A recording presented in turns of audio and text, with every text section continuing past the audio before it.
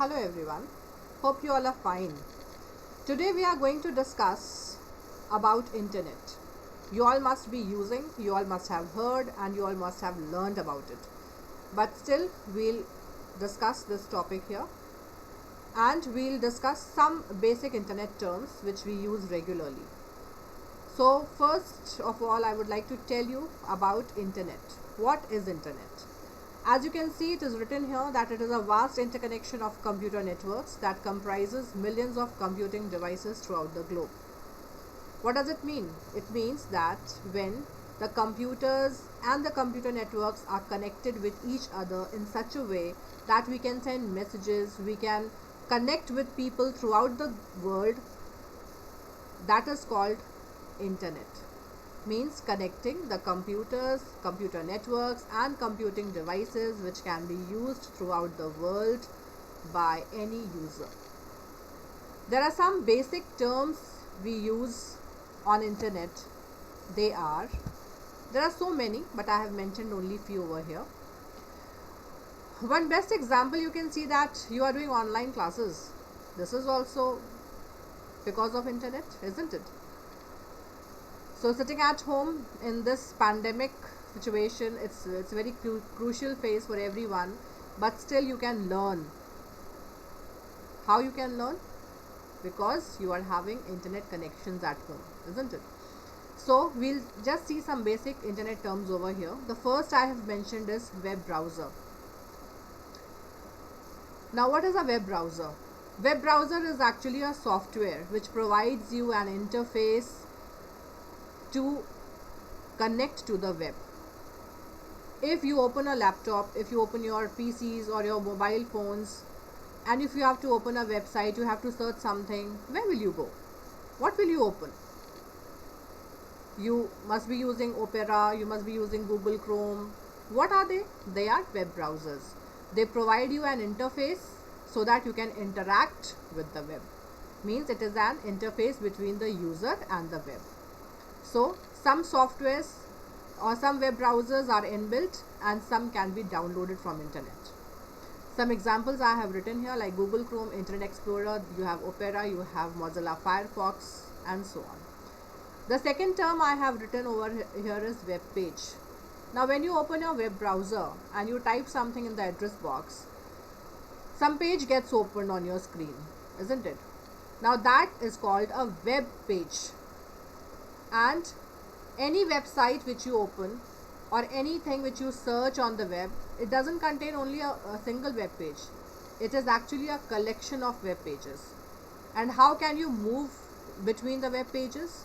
You get links on the web pages. Links. Now, how will you know about links?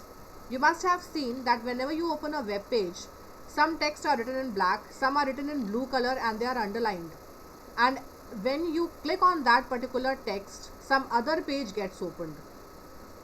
So this way one page is linked with the other page, and one page can contain many hyperlinks, and these links can be in the form of text as well as it can be in the form of images.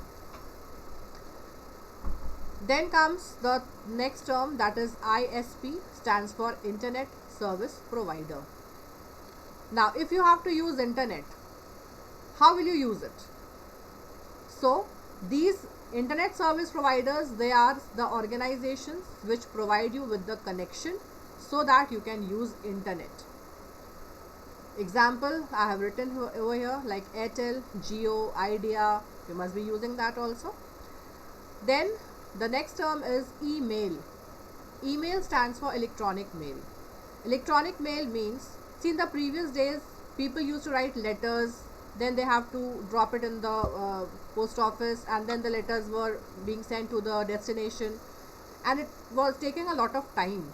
Nowadays you can send messages or mails to people who are residing anywhere in the country, anywhere in the world within seconds by using this email concept.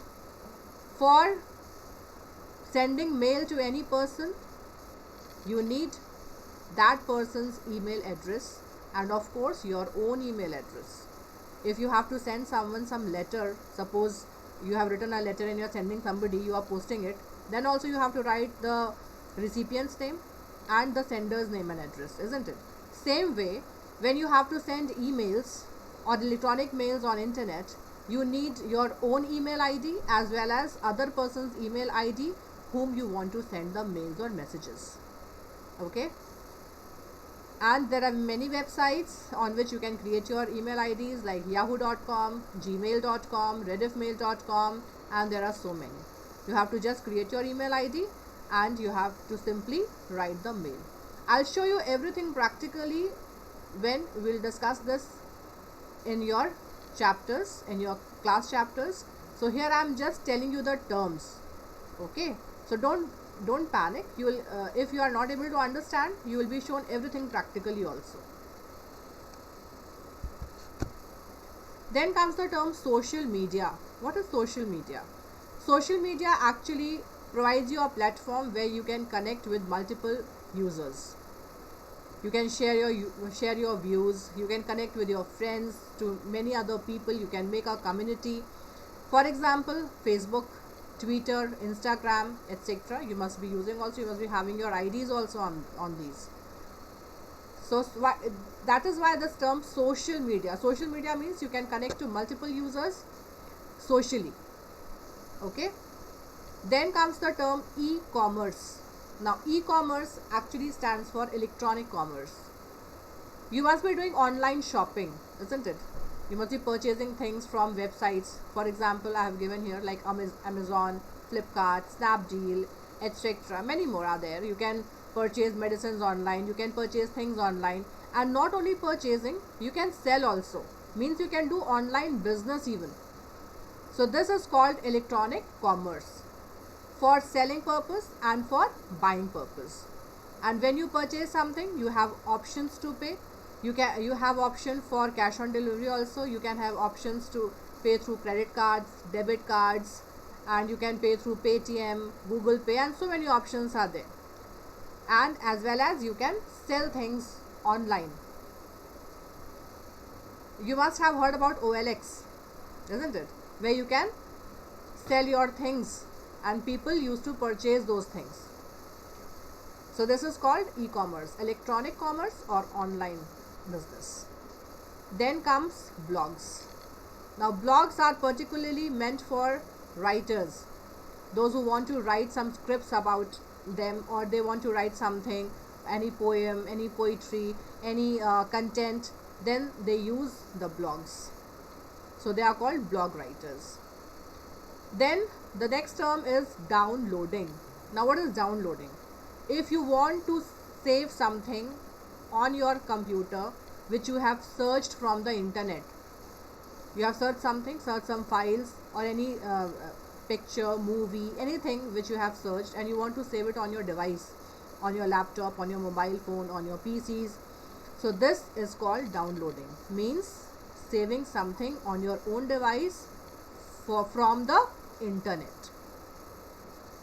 Then comes firewall. Now what is firewall? Firewall is actually a combination of some hardware and software which protect your system from viruses. If you have installed any firewall on your system, then if any virus attacks your system, attacks in the sense, suppose it has come through some mail, come through some secondary storage devices like pen drive or CDs, then it will alert you. That firewall will tell you that the particular virus is there on your system, and you can remove that virus and you can save your system from that. So firewall is a combination of hardware and software which basically protects your system from the viruses. Okay. Then comes the term phishing. Now what is phishing? Suppose somebody has send you a mail, and in the mail it is written that you have got an award of 50,000 rupees. Simply click on the link and get your reward.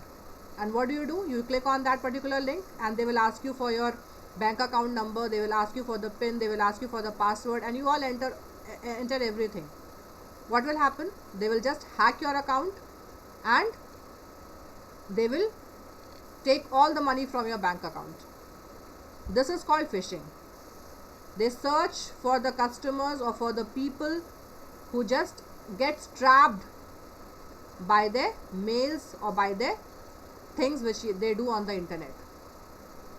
Okay, so if you are getting any message, any mail which is telling you that you have to enter your bank account number, you have to enter your password, you have to enter your PIN, please don't entertain that. They are basically the hackers which hack your account, which hack your phone, and you get in trouble.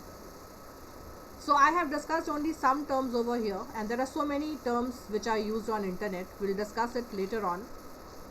I think you all must have understood. So I want you all to go through these terms again, and be safe, stay at home. Thank you.